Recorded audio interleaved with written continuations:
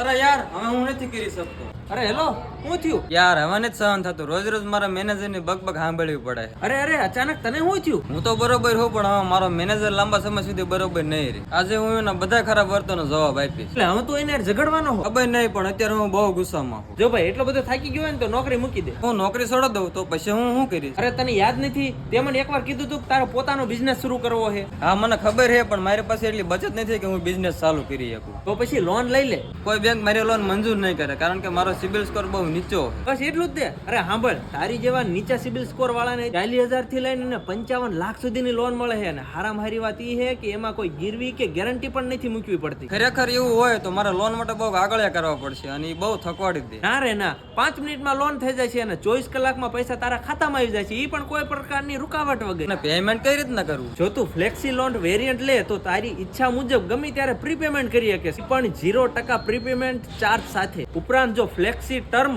અથવા તો flexi hybrid નો વિકલ્પ લે ને તો ચુકવણીની રીત પણ તું પસંદ કરી શકે. વાહ મજા પડે છે. હવે હું જોઈશ કે કેવી રીતે મારા મેનેજર ને મારી કંપનીનો મેનેજર બનાવવું.